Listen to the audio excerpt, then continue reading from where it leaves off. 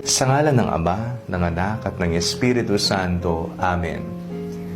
Amang mapagmahal, maraming salamat po sapagkat hindi po ninyo kami pinabayaan sa nakalipas na buwan ng Setyembre. Malinaw po naming nakita ang paggalaw ng iyong mapagkalingang kamay sa aming buhay, sa aming pamilya, sa aming pag-aaral, sa aming trabaho. Patawad po, Panginoon, kung kami man ay nagkamali, nagkasala at nakapanakit ng kapwa sa nakalipas na buwan ng Setyembre.